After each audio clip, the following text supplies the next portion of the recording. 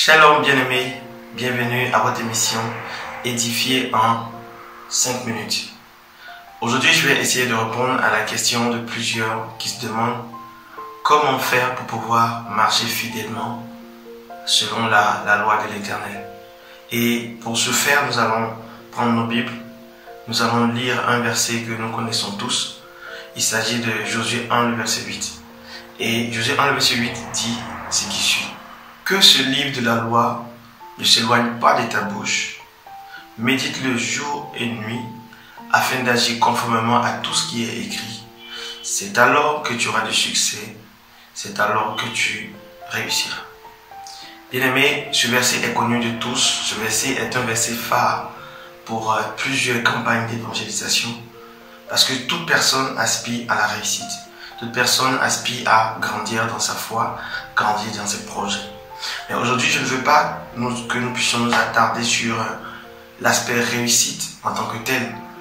Mais je veux que tu puisses faire attention et prêter attention à ce qui est écrit.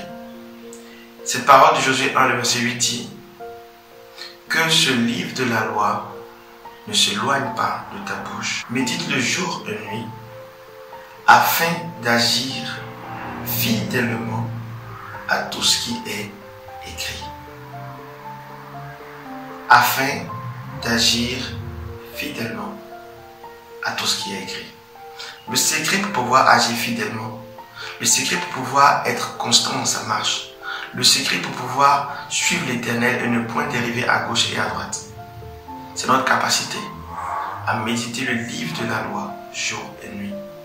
Notre capacité à nous asseoir et à maintenir cette parole proche de nous.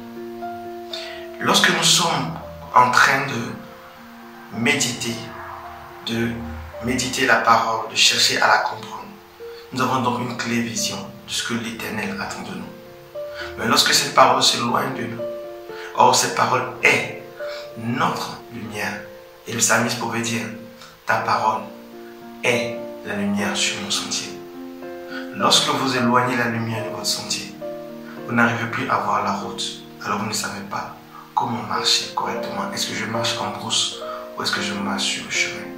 Mais lorsque vous rapprochez la lumière de vous, votre méditation quotidienne, votre méditation constante, vous avez une claire vision du chemin sur lequel vous devez marcher. Et le chemin, c'est Jésus-Christ de Nazareth. Que Dieu vous bénisse. Merci d'avoir été connecté pour suivre Édifier en 5 minutes.